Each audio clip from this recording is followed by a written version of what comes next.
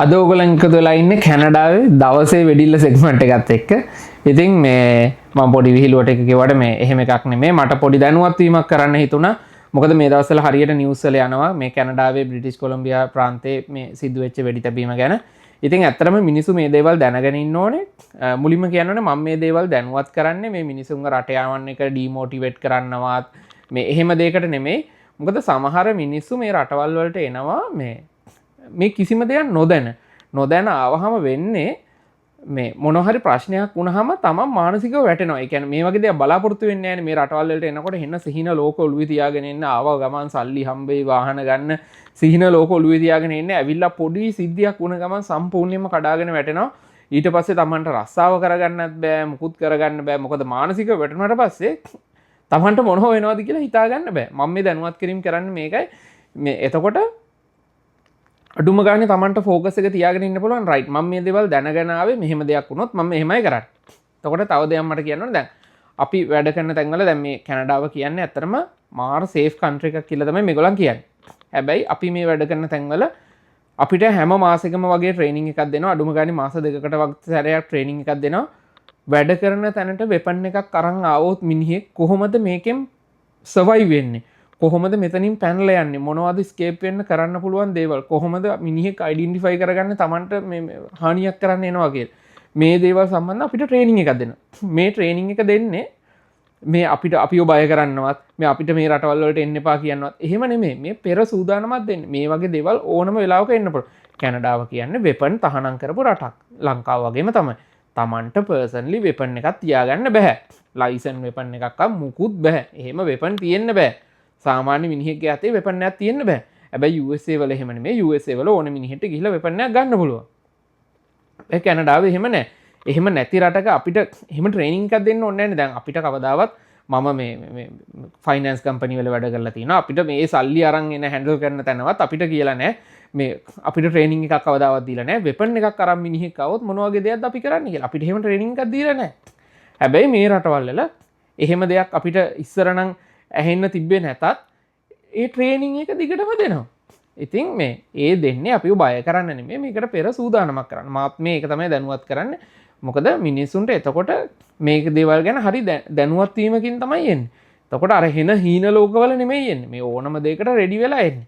දැන් ඕගලන් ගත්තොත් කැනඩාව කියන්නේ ඇත්තටම මේ අපි අහලා තියෙන විදියට මාර සේෆ් කන්ට්‍රි එකක්. මේ මිනිස්සු හරි සෙන්සිටිව්. එතකොට මෙහෙම තමයි ඇත්තට කලින් තිබ්බේ. මේ මිනිස්සු හරි සෙන්සිටිව්. එතකොට ඒ කියන්නේ මාරම ස්ටෑන්ඩඩ් එකක් තිබ්බ රටක්. හැබැයි මේ කොරෝනා වලින් පස්සේ මේ ඇතිවෙච්ච ආර්ථික ප්‍රශ්නත් එක්ක මේ හැම දෙයක්ම වෙනස් වෙලා තියෙනවා. මේ වෙනස් වෙන එක හේතුවක් තමයි මේගොල්ලෝ මාර විදියට කන්ට්‍රි එක ඕපන් කරා ඉමිග්‍රන්ට්ස්ලාට. ඉතින් ඉමිග්‍රන්ට්ස්ලාට ඕපන් කරා වගේම ඒ ආපු අයගේ ක්වොලිටි එකත් මේගොල්ලන් සමහර තැන්වලදී බැලුවේ නැහැ. හැමෝම ගත්ත ඇතුළට. ඉතින් මේ ආවේ කවුද? මේ මොන වගේ මිනිස්සුද ආවේ? කොහොම බෑග්ග්‍රවුන්ඩ් තියෙන මිනිස්සුද ආවේ කියලා මේගොල්ලන් හරියට බැලුවේ නැහැ.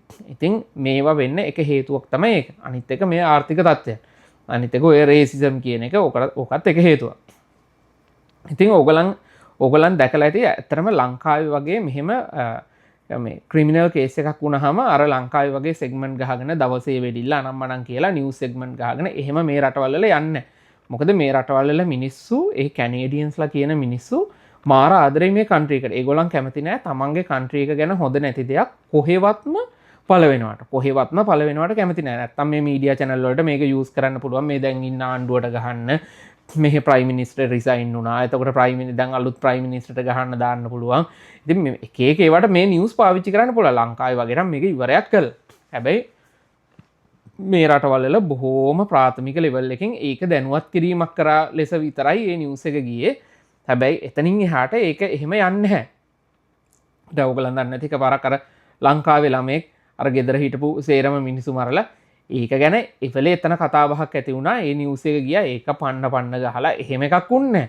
එහෙම නිවුස් මේ රටවල් වල යන්නේ නැහැ. ඒක තමයි ඒකේ ක්වොලිටි එකේ මාධ්‍ය සදාචාරය කියන එක එහෙමයි. දැන් අපේ මාධ්‍ය සදාචාරය කතා කරනවා විතරයිනේ. ඒක වෙන්නේ නැහැ. හැබැයි මේ රටවල් වල ඒක වෙනවා. ඒ රටට හානියක වෙන දෙයක් කිසිම විදියකින් අන්තර්ජාතික වශයෙන් හරි රට ඇතුලේ ලෝකලි වශයෙන්ුත් යන්න දෙන්නේ නැහැ එහෙම. මිනිසුන්ට ඒ රට එපා වෙන දේවල් එහෙම දේවල් ඒ රටේ යන්න දෙන්නේ නැහැ. ඉතින් හැබැයි සිකියරිටි ෂුව එකක් දැන් වෙනකොට තියෙනවා මේක ඇවිල්ලා තියෙන්නේ මේ රටේ ජොබ් නැති ප්‍රශ්නය එතකොට විශාල පිරිසක් ඉන්නවා ඉමිග්‍රන්ට්ස්ලා විදියට ඇවිල්ලා ජොබ් නැතුව ඉතින් මේගොල්ලන් අනිත් එක ක්‍රයිටීරියාස් වෙනස් කරා PR එක ගන්න නම් ඔයාට මැනේජරියල් ග්‍රේඩ් එකේ ජොබ් එකක් තියෙන්න ඕනේ ඔය මේ ස්ටුඩන්ට් ආපු අයට ඒ ඔක්කොටම ක්‍රයිටීරියාස් වෙනස් කරා ස්ටුඩන්ට් ආපු එක්කෙනාට මැනේජරියල් ලෙවල් එකේ ජොබ් එකක් තියෙන්න ඕනේ PR එක ගන්න නෙමෙයි එයාට පෝස්ට් ග්‍රැජුවේට් වර්ක් පර්මිට් එක ගන්න එයාට සහ හස්බන්ඩ්ට ගන්න ඕන නම් එහෙම ලෙවල් එකේ ජොබ් එකක් තියෙන්න ඕන තනියෙන් ආපු එක්කෙනෙකුට නම් එහෙම අවුලක් නැහැ හැබැයි අර ස්පවුස් එක්ක ආපු අයට තමන්ගේ ස්පවුස තියාගන්න ඕන නම් ඒ මැනේජරියල් ග්‍රේඩ් එකේ ජොබ් එකක් හැම ඉතින් ස්ටුඩන්ට් කෙනෙක්ට කැම්පස් අවුට් වෙච්ච ගමන් මැනේජරියල් ග්‍රේඩ් එකේ ජොබ් එකක් හොයාගන්න ඒක ඉම්පොසිබල්. ඉතින් මේ වගේ හෙන්න ඉම්පොසිබල් ටාගට් දෙන්න ගත්තා මේ ආපු අයට ඕල්රෙඩි ආපු අයට මේක එන්න ඉන්න අයට දුන්නා නම් කමක් නැහැ. මොකද එතකොට මේ මිනිස්සු දැනගෙන ඇප්ලයි කරන්න මට මේක කරන්න පුළුවන්ද බැරිද කියලා. මේක දැන් ආපු අයටත් මේ නිකන් බැක්ඩේට් කරලා නීති හදන්න ගියාම ඒක මාර ප්‍රශ්නයක් වෙනවා. ඒ කියන්නේ මේ ස්ටුඩන්ට් ආපු හැමෝම ඉන්නේ පට්ට ස්ට්‍රෙස් එකක. ඒ කියන්නේ ලොකු ගාණක් වියදම් කරලා. ඉතින් මේ ඒ කියන්නේ මේකේ වීසා ස්ටේටස් එකවත් ෂුවර් නැහැ සමහර අයට. සමහර අයට ඒ ෂුවර් වුණත් තමන් ඉන්න ජොබ් හරි අන්ස්ටේබල්. එතකොට ඒවයි සැලරි එක මේ වැඩක් නෑ ඒවා ජීවත් වෙන්න මදි. ඉතින් මේ හේතුත් එක්ක ඉන්න මිනිස්සුත් ඉන්නවද නැද්ද කියලා මාර ඩවුට් එකකින් ඉන්නේ. ඉතින් එතකොට දැන් අර මේවා අලුතෙන් එන අයට ඒ කියන්නේ එන්න ඉන්න අයට ඇප්ලයි කරාට අවුලක් නැහැ. එතකොට මිනිස්සු දැනගෙන ඉන්නේ. මේ ආපු අයට ඇප්ලයි කරාම ආපු අය හරියට ඩිමෝටිවේට් වෙනවා. ඉතින් මේ ඔක්කොම හේතු එකතු කරගෙන තමයි මේ ඇත්තටම මේ ඔය ගොඩක්ම මේ ෂූටින් කේස් නම් යන්නේ මේ ඉමිග්‍රන්ට්ස්ලා ටාගට් කරගෙන තමයි. ඒ කියන්නේ ඒ එක්ක ඉමිග්‍රන්ට්ස්ලා තමයි මේවා කරන්නේ. ඉතින් ඒ කියන්නේ දැන් ඉස්සර ඇත්තටම මේගොල්ලන් ওই වගේ කේස් එකක් ආවහම ඕකට ටග් ගාලා ලේබල් එක ගහනවා. මේ මානසික ව්‍යාකූලතාවය මේ මෙන්ටල් ප්‍රශ්නයක් තියෙන මිනිස්සෙක් තමයි මේක කරේ. මේ ළඟදිත් දවසක් මේ ගිය අවුරුද්දේ මං හිතන්නේ මේ ඒ පිලිපීන් අයගේ උත්සවයක් තියෙන වෙලාවක මේ අපි ඉන්න වැන්කූවර්ලමයි. ඔයගලන්ට මම මේ කියන ඒවා සර්ච් කරලා බලන්න පුළුවන්. මේ පිලිපීන් අයගේ උත්සවයක් තියෙන වෙලාවක මිනිස්සෙක් කාර් එක ඩ්‍රයිව් කරා ඒ පොඩි ළමයි ඉන්න තැනකට පොඩි ළමයි 11 දෙනෙක් මැරුණා එතනම. ඉතින් ඒකට ඒගොල්ලන් ලේබල් එක ගැහුවේ මේ වීඩියෝ ගේම් වලට ඇඩිට් වෙච්ච මිනිසෙක්. ඉතින් මේ වීඩියෝ ගේම් වලට ඇඩිට් වෙච්ච මිනිසෙක් එයාගේ ඒ මොකක් හරි මානසික ව්‍යාකූලතාවයක් හන්ද තමයි ඒක කරේ. ඉතින් ඕක තමයි ලේබල් එක. ඕක තමයි මේගොල්ලන්ගේ ප්‍රසිද්ධම ලේබල් එක මානසික ව්‍යාකූලතාවය. හැබැයි මේකේ ඇත්ත තත්ත්වෙකුත් තියෙනවා. මේ මානසික ව්‍යාකූලතාවයේ තියෙන මිනිස්සු සෑහෙන්න ඉන්නවා. මේ මානසික ව්‍යාකූලතාවය කියන්නේ ඇත්තටම මේ පිස්සු නෙමෙයි.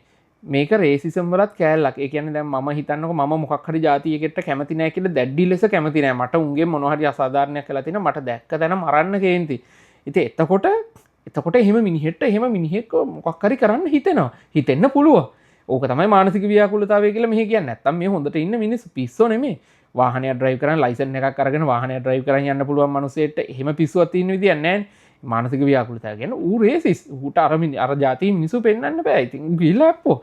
ඉතින් ගොඩාක් කතන්දර වෙන්නේ ඔය රේසිසම් මන්ද. ඉතින් ඊට අමතරව දැන් අලුත් ට්‍රෙන්ඩ් හැදිලා තිනවා. ඔයගොල්ලන් දැකලා ඇති මේ ඔයගොල්ලන් මේ YouTube එකේ බලනවා නම් බලන්න පුළුවන් මේ බ්‍රිටිෂ් කොලොම්බියා වල මේ සරේ කියලා සිටි එකක් තියෙනවා. ඔන්ටාරියෝ වලත් තියෙනවා සමහර සිටිස්. ක්‍රයිම් රේට් එක ඉතාමත් වැඩි. ඉතින් මේ එතකොට මේ රට මේ පැති වලට ඇවිල්ලා තියෙනවා වෙන රටවල් වලින් ඇත්තටම උන් ඒ රටවල් වල කුලියට මිනි මරණයෝ. මේ ස්ටුඩන්ට් වීසා දාලා ඇවිල්ලා. ඉතින් ඇවිල්ලා මුන්ට මෙහෙ රස්සාවක් නැති වුනහම මුන් මෙහෙත් ඒ වැඩේ පටන් ගන්නවා. කාට හරි මොනවා හරි තරහක් තියෙනවා නම් මේ මිනිහට සල්ලි දීලා මේ වැඩේ කරව ගන්න පුළුවන්. ඇත්තට ඒ තත්ත්වයට ඇවිල්ලා තියෙනවා. ඉතින් 2025 අවුරුද්ද ගත්තොත් ඔය සරේ කියන පැත්තේ වෙඩි තැබීම් විතරක් වෙන අත තියෙනවා 53. ඉතින් මෙහි අනිත් එක මේ ඔය දැන් අර ඔහොම ටාගට් කරලා වෙඩි තියෙනවා නම් ඇරෙන්න මේ මොනවද අර මානසික ව්‍යාකූලතාවයකින් වෙඩි තියෙන මිනිහා දැන් මේ දැක්ක ළඟදී ඕස්ට්‍රේලියාවෙත් ඔය වගේ මේ රේසිසම් සම්බන්ධ දෙයක් වුණා. ඉතින් මානසික ව්‍යාකූලතාවයකින් වෙඩි තියෙන මිනිහා එකෙට්ට නෙමෙයි වෙඩි තියන්නේ. ඌ හතර වටේට වෙඩි තියලා දානවා. ඌට ඕනේ වෙඩි තියන්න. දැන් ඔය සරේ වලත් අපි දැක්ක මේ ළඟදී සිද්ධි කීපයක්. ඒ කියන්නේ උන් වීඩියෝ කරන් වෙඩි තියන්නේ. උන්ට ආතල් එක ඒක තමයි. කියන්නේ වෙඩි තියෙන එක උන් වීඩියෝ කරන් වෙඩි තියලා පස්සේ පබ්ලිෂ් කරනවා. කියන්නේ උන්ගේ ආතල් එක ඒක. ඉතින් මේවා ඇත්තට ඒවා මානසික ව්‍යාකූලතාවය.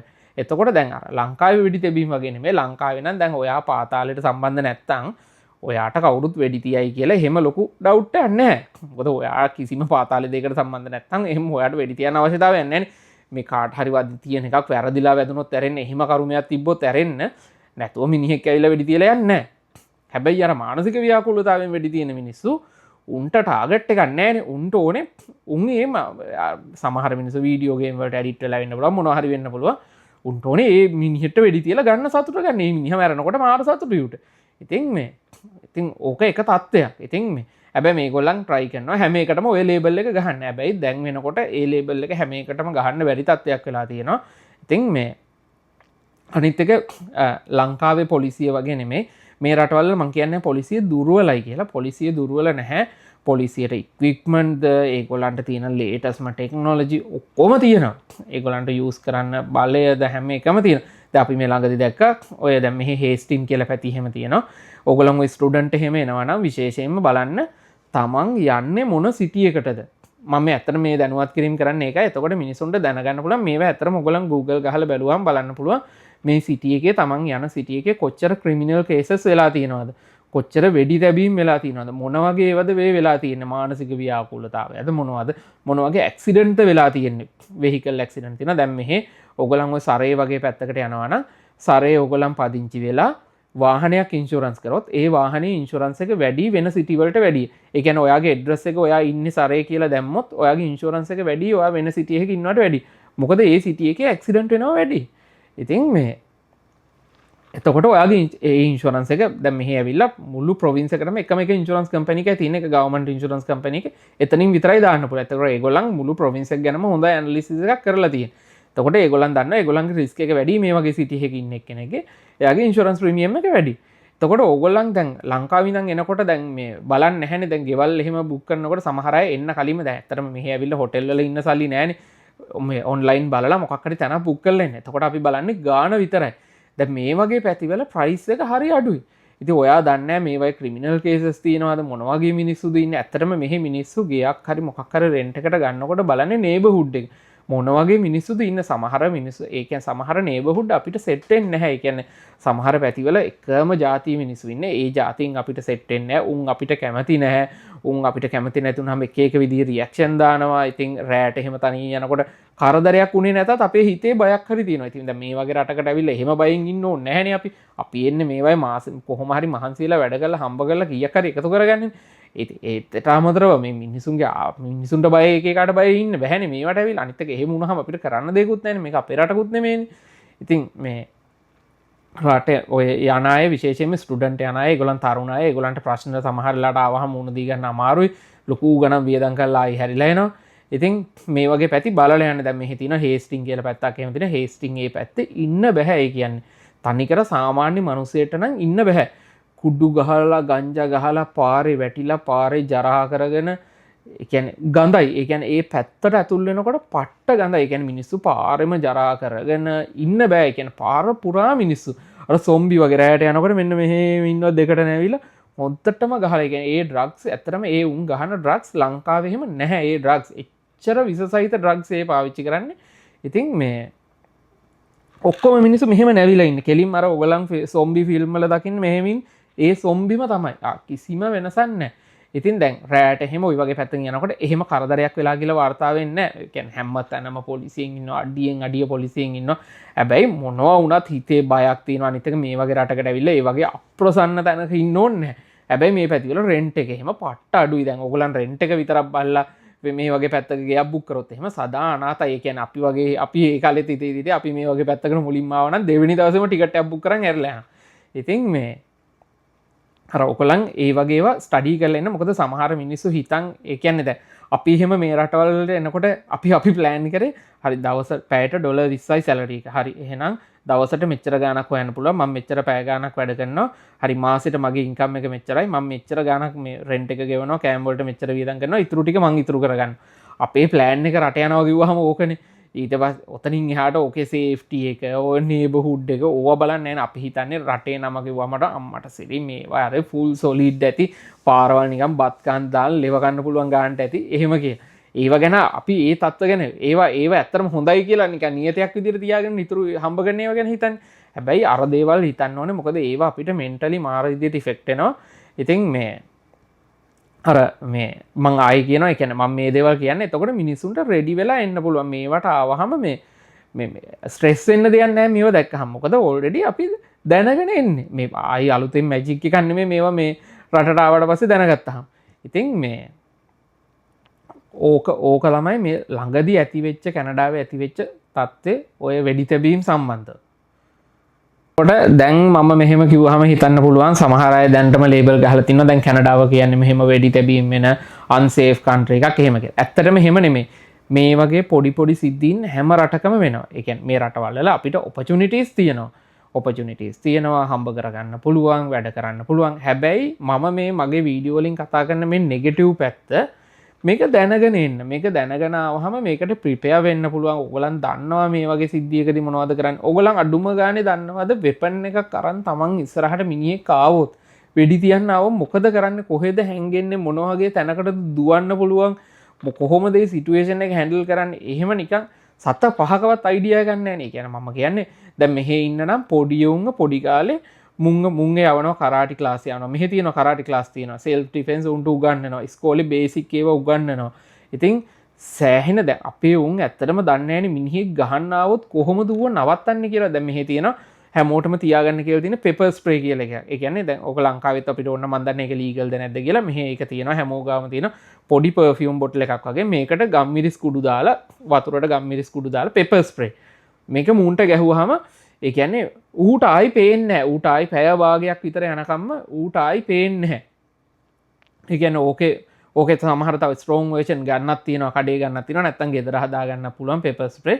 ඉතින් මේ ඕක තියාගෙන ඉන්නවා සමහර පැතිවල මේ දැන් කැලෑවල මෙහෙම බෝඩර් එකට වගේ තියෙන මේ හවුසින් මේ පැති තියෙනවා. ඒවයි මේ වලස්සු වෙනවා. වලස්සුන්ටත් ඔය පෙපර් ස්ප්‍රේ එක ගහනවා. මේ ඒකට උන් කියන්නේ බෙයා ස්ප්‍රේ කියලා. ඉතින් ඕකෙම වර්ෂන් එකක් තමයි ඒක ටිකක් ස්ට්‍රෝං වර්ෂන් එකක්. ඒක වලස්සුන්ට පාවිච්චි කරනවා. හැබැයි හැමෝටම ගොඩාක් අය ඒක බෑග් එකේ සමහර අය පෙපර් ස්ප්‍රේ එක තියන් ඉන්නේ. කවුරු හරි මොන හරි ආවොත් ඒ කියන්නේ අපිට හැමතිස්සෙම හැමෝටම ගහන්න මිනිහෙක් එක ෆයිට් කරන්න මේ හිතේ හයියක් ඇඟේ හයියක් හැමෝටම නැහැනේ. මේ සෙල්ෆ් ඩිෆෙන්ස් කියනම හැමෝම දන්නේ නැහැනේ. හැබැයි අර පෙපර් ස්ප්‍රේ එකක් ළඟ තියාගෙන ඉන්න පුළුවන්. ටක් ගාලා රුගේ මුන්ට ගැහුවා. එතනින් ඉවරයි. ඉතින් මේ එහෙම ගැහුවට පස්සේ මම එහෙම ගහපු මිනිහෙක් දැකලා තියෙනවා. ඒ කියන්නේ අපේ වැඩ කරන තැනට දවසක් පාරේ ඉන්න මිනිහෙක්ට ඌ මොකක් හරි කරන්න ගිහිල්ලා හරි අපි ඒට සිද්ධිය කිව්වේ නැහැ. ඌට කවුරු හරි පෙපර් ස්ප්‍රේ එකක් ගැහුවට පස්සේ ඒ මිනිහගේ මුළු මූණම රතු වෙලා ඌට ඇස් දෙක අරගන්න බෑ. ඒ කියන්නේ ඒක ඇත්තටම හොඳ ආත්ම ආරක්ෂක විදියක්. ඒ කියන්නේ කාත් එක්කවත් ගහ ගන්න ඕනේ නැහැ. ටක් ගාලා අරක ස්ප්‍රේ කරා. ඉවරයි. ඌ මැරෙන්නෙත් නැහැ. Tamanට කිසිම හානියක් වෙන්නෙත් නැහැ. ඒ මනුස්සයාට කිසි හානියක් වෙන්නේ නැහැ. ඒ වෙලේ Tamanට සිටුේෂන් එකෙන් බේරිලා යන්න පුළුවන්. ඉතින් මටත් ඇත්තටම ওই වගේ සිද්ධියක් වුණා. මම ඉස්සර බස් එක යන කාලේ මම ඇත්තටම බස් එක යන එක ඉක්මනටම නැවැත්තුවේ ඒකයි. ඒ කියන්නේ මේ මම ඒ දවස්වල ආවේ මම ඇත්තටම මට ඒ පළාතවල මේ ඉන්න සිටිස් ගැන මට මහ ලොකු අවබෝධයක් තිබුණේ නැහැ. මම ඔය හේස්ටින් කියන පැත්ත තමයි පහු කරන් ආවේ. ඉතින් මේ එතන මම බස් හෝල්ට් එකේ ඉන්නකොට මට තේරුණා මට මොකක් හරි එකකින් ගහනවා මිනිහෙක් කියලා. ඒ කියන්නේ දැන් මගේ ළඟ කවුරුත් නැහැ මට මොන හරි වදිනවා වගේ තේරුණා. මෙහෙම ඇඟට මොන හරි වදිනවා. මං හිතුවා හිම වැටෙනවද දන්නේ නැහැ. ඒ කියන්නේ මෙහෙම හිම වැටෙන කාලයක් නෙමෙයි. ස්නෝද දන්නෙත් නැහැ කියලා හිතනකොට මිනිහෙක් මෙහෙම කොළ කෑලි වලින් ගහනවා මට. ඊට පස්සේ දැන් ඌට ඕනේ උගේ පැත්තට මගේ අවධානය ගන්න. දැන් මං නිකන් හින්දලා ඉඳලා මම මුලින්ම හිතුවේ උඩින් වැටෙනවා කියලා මං ගණන් ගත්තේ නැහැ. දිගටම මේක වදිනවා. මම මෙහෙම හැරිලා බලනකොට නිකන් කුඩු ගහපු වගේ මිනිස්සෙක් මෙහෙම එක එක ගහනවා. ඉතින් මේ උගේ බැලුවට පස්සේ තමයි උගේ හරි දැන් උගේ වැඩේ වුණා. මම බැලුවානේ. ඊට පස්සේ මුද සද්ද දානවා. මෙහෙම එක එක කියලා දැන් ගේමට දැන් ගහ ගන්න එන්න හදන්නේ. එහෙම කියලා උගේ අතේ තිබ්බ බෝතලයක මූඩියක් ගලවලා ගැහුවා මට. මම ඒත් සද්ද නැතුව හිටියා. ඊට පස්සේ මූ බෝතලේ විසි කරා මම පොඩ්ඩක් එහාට ගියා. ඊට පස්සේ මූ දුවගෙන වගේ ළඟට එන්න හැදුවා. ඒක එන්නේ නැහැ. මෙහෙම දුවලා පෙන්නනවා ආයි එනවා. බීපු මිනිහේ තනි කරම පිස්සෙක්. ඉතින් මේ නැත්තම් ගහන්න ඕනේ කෙනෙක් නම් මෙහෙම භාගයට ඇවිල්ලා නවතිනවා. ඉතින් මේ මෙහෙම එනවා නවතිනවා. මං ටක් ගාලා ඒ වෙලේ වෙන පැත්තකට යන බස් එකක් ආවේ. ඒක නැගලා ටක් ගාලා ගියා. මේ හැබැයි මේ මොනවාද අර ඒ සිටුේෂන් එකෙන් කොහොම හරි ස්කේප් වුණා. අපි දන්නේ නැහැ මොකද ඒ වගේ මිනිහෙට මොනවද කරන්න පුළුවන් කියලා. පිස්සෙක් කියලා තේරෙනවා. හැබැයි වැඩේ කියන්නේ පිස්සට වැඩි ඒ කියන්නේ පිස්සා වුණාම අපි වැඩිපුර බයයි. මොකද මූ මොනවා කරයිද දන්නේ නැහැ. සාමාන්‍ය මිනිහෙට නම් තේරෙන්නේ නැහැ අඩුම ගානේ මිනිහෙට කරදරයක් කරාම මේක පොලිසියට කම්ප්ලේන්ට් කරොත් මම හිරේ යනවා කියලා. පිස්සට ඒක තේරෙන්නෙත් නැහැ. ඒක තමයි තියෙන බය. ඉතින් පිස්සෙක් කියන්නේ මේක හෙන්න කුඩු ගහපු එකෙක්. අපි දන්නේ නැහැ නුගේ මෙන්ටැලිටි එකේ මේ වෙලාවේ මොනවද තියනවද කියලා උට ඒ ඩ්‍රග් එක පාවිච්චි කරාම මිනිහෙක් මරන්න හිතනවද දන්නේ නැහැ. මට ඒ වගේ එකක් වෙලා තියෙනවා. දවසක් බස් එකේදී එහෙම එකක් වුණා. ඒ බස් එකට නැග්ග වෙලාවේ කොහොම හරි මන් දන්නේ ඒ මනුස්සයා කිව්වා මම ඒ මනුස්සයාට කකුල පෑගුවලු. ඉතින් මට ඇත්තටම එහෙම පෑගුණාද නැද්ද කියලා තේරුන්නේ නැහැ. සපත්තු දාගෙන හිටියේ. ඒ වෙලාවේ බස් එකේ ටිකක් ක්‍රවුඩ් එක වැඩි. ඉතින් මේ කොහොම හරි ඒ මනුස්සයා මට බැනගෙන ගියා. ඊට පස්සේ මම දැන් ඉස්සරහ ඕක උනේ ඉස්සරහ හරියේ මම ඒ මනුස්සයාගේ මෙහෙම ඒ කියන්නේ මූණට මූණ බලාගෙන ඉන්නා වගේ සීට් එකක් තිබ්බේ. මම ඒකේ වාඩි වෙලා හිටියේ. ඌ ඉස්සරහින් ඉඳන් මගේ දිහා බලාගෙන ඉන්නවා. ඌ කිව්වා දැන් එනකොට පෑගුණා කියලා. මගේ දිහා බලාගෙන එක දිගටම මගේ ළඟට අයි කන්ටැක්ට් එක තියාගෙන මහා අයියේ මුළු බස් එකටම අහින්න මට බනිනවා. ඒ කියන්නේ ඌ දැන් මගේ නම දන්නේ නැහැ නේ. හැබැයි මගේ දිහා බලාගෙන මෙහෙම ඇඟිල්ල දික් කර පෙන්න ඌ මට බනිනවා. එන්න හයියෙන් බනිනවා. ඊට පස්සේ බැනලා මූ අන්තිමට දැන් මම මේක ගණන් ගන්න නැහැනේ. මම දැන් මං උට අයි කන්ටැක්ට් එක දෙන්නෙම නැහැ. දුන්නොත් වැඩේ අමාරුයි දැන්. කියන්නේ මිනිහෙක් මගේ දිහා බලනගෙන එන අයියෙන් බනිනකොට හොඳටම බීලා දැන් ඩ්‍රයිවර්ටත් වැඩේ මීටර් ඩ්‍රයිවර් තාටික ඒ කියන්නේ මං කම්ප්ලේන් කරන්න ඩ්‍රයිවර් ඌව බස් එකෙන් බස්සනවා. එහෙම තියාගන්න බෑ. මේ යකා බනිනවා. ඊට පස්සේ මූ දැන් මං ගණන් ගන්න නැති පාර මූ බිමට කෙල ගහන්න ගත්තා. ඒ කියන්නේ මට බැන මූ බිමට කෙල ගහනවා. බස් එක ඇතුලේ කෙල ගහනවා. ඒ වගේ වැඩ ඕන තරම් වෙනවා. බස් එක ඇතුලේ මූ කෙල ගහනවා. දැන් මේ මට පේන්න. ඊට පස්සේ මම බැරිම තැන බස් එකෙන් බහැලා ගියා. ඒ කියන්නේ මට ඇත්තටම ඒ කියන්නේ මට පුළුවන් ඩ්‍රයිවර්ට කම්ප්ලේන් කළා මූව බස්සන්න පුළුවන්. දන්නේ නැහනේ මූ මොන වගේ කෙද්ද කියලා. ආයි එනකොට ඕකව සෙට් වුණොත් එහෙම බස් එකේදී මල මගුලක් වෙන ඌට සමහරට මාව අමතක වෙන්න පුළුවන්. හැබැයි මට මේ ආපු කාලේ මේ ඔච්චර රිස්ක් එකක් ගන්න බෑනේ මේකේ. ඊට පස්සේ මම ඕක ෂේප් එකේ ඉඳලා මං ටක් ගාලා ඊළඟ හෝල්ට් එකේ ඌවර කියලා ගහන්න ගත්තට පස්සේ ඊළඟ හෝල්ට් එකෙන් බහැලා ගියා. දැන් අනිත් මිනිසුන්ට කරදරයි මේ යකා බස් එක ඇතුලේ කියලා ගහනකොට මේක සත්‍ය සිදුවීමක්. ඒ කියන්නේ මෙහෙම ඒවා වෙනවා. ඒ කියන්නේ මේ ඔය වගේ සිද්ධිය ඇත්තටම ඒ කියන්නේ දැන් අපි මේ රටකට එනකොට අපි මේවා බලාපොරොත්තු වෙන්නේ නැහැ. ඒ කියන්නේ අපි මාර හොඳ රටක් කියලා හිතාගෙන එන්නේ. දැන් මේ වගේ රටකට පය කියනකොටම අපි හිතන්නේ සේෆ්ටි එක කියන එක ගැන ආයෙ හිතන්න දෙයක් නැහැ. අපිට දැන් මේ හම්බ කරන්න පැයට කීයක් හම්බ කරනවද කියන එක විතරයි ඔළුවේ තියෙන්නේ. මේ මිනිහෙක් අපිට ඇවිල්ලා ගහලා යයි ඔය වගේ වගේ ඔළුවේ නැහැ. පැයට කීයද හම්බ කරන්න පුළුවන්. ඔච්චර තමයි ඔළුවේ තියෙන්නේ. ඉතින් ඇත්තටම මේවට ඇත්තටම රෙඩි වෙලා ඉන්න ඕනේ. මම ඇත්තටම ඒකයි මේවා කියන්නේ. මේවා ඇත්තටම සුළු සිද්ධි. මේවා පොඩි සිද්ධි. මේවට මේ මිනිහෙක් රට දාලා යන්න ඕන, ගම රට දාලා යන්න, මේව රටේ නැතුව ඉන්න. එහෙම වෙන්න ඕන සිද්ධි නෙමෙයි. මේවා පොඩි දේවල්. හැබැයි අපි මේවා ගැන දැනුවත් වෙන්න ඕනේ. දැන් මට ඇත්තටම එහෙම වුණාට පස්සේ මට එපා වුණා. දැන් මම එහෙම එකක් දැනගෙන හිටියේ නෑ. මට මාර කේන්තියක් ආවේ. ඒ කේන්තිය ආවට පස්සේ දැන් කරගන්න බැරි මම දන්නවා ලංකාවේ ඔහොම කරා නම් මම දෙන්න ඕන ටික දන්නවා. ඉතින් මට මෙහෙ ඒක කරගන්න බෑනේ. පුදුම කේන්ති. ඒ කේන්තියට ඔළුවත් රිදෙනවා. ඒ කියන්නේ පට්ට කේන්ති. හිතන්නකො මිනිහෙ බස් එකේදී කෑ ගහලා බැනලා කිසිම හේතුවක් නැතුව රේසිස්කම. ඒ කියන්නේ ඌ මට කැමති නෑ දැන්. ඒක හන්ද බැනලා ලංකාවේ උනා නම් හොම්බට දෙයන්නේ අනින්නේ. දැන් ඒ කියන්නේ මෙහෙ ඒක කරගන්න බැරි වුණාම අපිට හරි අවුල්. ඉතින් දැන් මේ වැඩේ කියන්නේ දැන් මේක උනේ මේක දැන් මේක මට මානසිකව මේක වෙන්නේ. ඒ කියන්නේ මට මම මෙහෙම එකක් බලාපොරොත්තු වෙන්නේ නැහැ. දැන් මෙහෙම එකක් බලාපොරොත්තු වෙන් ඇවිල්ලා ඔහොම දෙයක් වුණා. දැන් මට ඊළඟ පාර ඔහොම දෙයක් වුණා. 7-5කට ගණන් ගන්නෑ. අපෝ මේ කුඩුකාරයෝනේ ඕකුන්ගේ කේන්ති ඔයිට වැඩි දෙයක් බලාපොරොත්තු වෙන්න පුළුවන්ද කියලා නිකන් ඉන්නවා. ඉතින් මේ දැනුවත් වීමේ තමයි මේකේ ප්‍රශ්නේ තියෙන්නේ. අපි දැනුවත් වෙන්න ඕනේ මේ වගේ සිටුේෂන් එකකදී අපි කොහොමද මෙන්ටලි ප්‍රිපෙයාර් වෙන්නේ? අනිත් එක අපි වැරද්දකට පටලැවෙන්නේ නැතුව ඉන්න ඕනේ. ඒ කියන්නේ ඔයා හිතන්නකෝ ඔයා දැන් මේ කුඩුකාරයෙක් ඔයාට ගහන්න ආවා. ගහන්න ඇවිල්ලා ඔයා දැන් ওই පේපර් ස්ප්‍රේ එකක් හරි මොකක් හරි යූස් කරන්න නැතුව අතට ආපු පොළු කෑල්ලකින් හරි මොකක් හරි ළඟ තියෙන එකෙන් කෙලලැරලා ඒ මිනිහා මැරුණා. ඉවරයි. සම්පූර්ණයෙන් ඉවරයි. කෙලින්ම ඩිපෝට් තමයි. කියන්නේ හිරෙත් ඉඳලා ආයි වන්දිත් ගෙවලා ලංකාවට යන්න වෙන්නේ. ඉතින් අර ඒ කියන්නේ ඒ තත්ත්ව නීති රටේ තියෙන නීතිය දැන් මොකද ඒ මිනිහව නීතිය විදියට සලකන්නේ මානසික ව්‍යාකූලතාවයක් තියෙන මිනිහ. හැබැයි මම හොඳ සිහියෙන් හිටපු මිනිහ. මට ගන්න තියෙන ඇක්ෂන් ප්‍රමාණය වැඩි. එහෙම තමයි නීතිය බලන්නේ. මට ගන්න තියෙන හොඳ සිහියෙන් ඉන්න මිනිහෙට මම ප්‍රකෘති සිහියෙන් ඉන්න මිනිහෙක්. එතකොට මට එතනින් දුවන්න පුළුවන්. මට ඌව ඒ කියන්නේ හානියක් නොවෙන්න ඌව තල්ලු කරන්න පුළුවන්. ඒ සිටුේෂන් එකෙන් මග ඇරලා යන්න වෙන ක්‍රම තියෙනවා. එහෙම මම එතනදී රියැක්ට් කරලා ඒ මිනිහට ගහලා ඉවරලා ඒ මිනිහා මැරුණොත් එහෙම මට වෙන්න තියෙන දඬුවම් ඊට වැඩිය වැඩි. ඉතින් ඒක හන්ද මේකනේ මේ රටවල් කියන්නේ මේ හොරුන්ටත් ගෙදරට පැනපු හොරා ගෙදරින් එළියට යන්න බැරුව ගෙදර ඇතුලේ හිර වුණත් ඒ කියන්නේ හිතන්නකො ලොක් එකක් වැඩ කරලා නැතුව ගෙදර මොකක් හරි සේෆ්ටි ප්‍රශ්නයක් කියලා හොරා ගේ ඇතුලේ හිර වෙලා ඌ මැරුණොත් එහෙම ඒකට අයිතිකාරය වන්දි ගෙවන්න ඕනේ. ගෙදර අයිතිකාරය. ගෙදර පැනපු හොරා පැත්තකින් තියලා. ඒ කියන්නේ හොරාට තියෙනවා හියුමන් රයිට්ස් අයිතිකාරයට. ඉතින් අර හියුමන් රයිට්ස් නෙමෙයි ඒක ඇත්තටම මේ කියන්නේ මේ කියන්නේ දැන් හියුමන් රයිට්ස් තමයි. ඒ කියන්නේ දැන් හොරාගේ පැත්ත නීතිය ගන්නව නෙමෙයි. හොරත් මිනිහෙක්. ඉතින් ඒ අපිට ගහන්න එන එකත් මිනිහෙක්. එතකොට දැන් ඌට සමහරට තියෙන මානසික ව්‍යාකූලතාවයක් නිසා ඌ ඒක කරාට අපි එහෙම නැති වුණාම අපි ඊට වැඩිය ප්‍රකෘති විදියට ප්‍රකෘතියෙන් ඉන්න මිනිහෙක් විතර අපි වැඩ කරයි කියලා නීතිය බලාපොරොත්තු වෙනවා. ඉතින් මේ එතකොට දැන් මේ දේවල් දැනගනාවට පස්සේ ඔයගලන්ට හරි ලේසි මෙහෙම සිද්ධියක් වුණාම මේක සාමාන්‍ය දෙයක් විදිහට සලකලා මේකට රියැක්ට් කරන්න හරි ලේසි. ඉතින් ඒකයි මට මේ වීඩියෝ එකෙන් කියන්න ඕනේ. මොකද ලොකුවට මම දැක්ක නිවුස් යනවා. සමහර තැන්වල අයියෝ වැරදියට නිවුස් එක ගහලා තියෙන හෙලකුරු එකෙත් මම දැක්කා, දෙරණ එකෙත් මම දැක්කා. හෙලකුරු එකේ හරි දෙරණ එකේ හරි. දෙරණ නිවුස් වල මම හිතන්නේ අයියෝ බ්‍රිටිෂ් කොලොම්බියා ප්‍රදේශය කියලා. බ්‍රිටිෂ් කොලොම්බියා කියන්නේ බම් ප්‍රදේශයක් නෙමෙයි. මිහික ඇවිල්ලා විශාල පලාතක් මේ බස්නාහිර පලාත වගේ එක ප්‍රොවින්ස් එකක්. මේ බ්‍රිටිෂ් කොලොම්බියා කියන්නේ සිටි එකක් නෙමෙයි.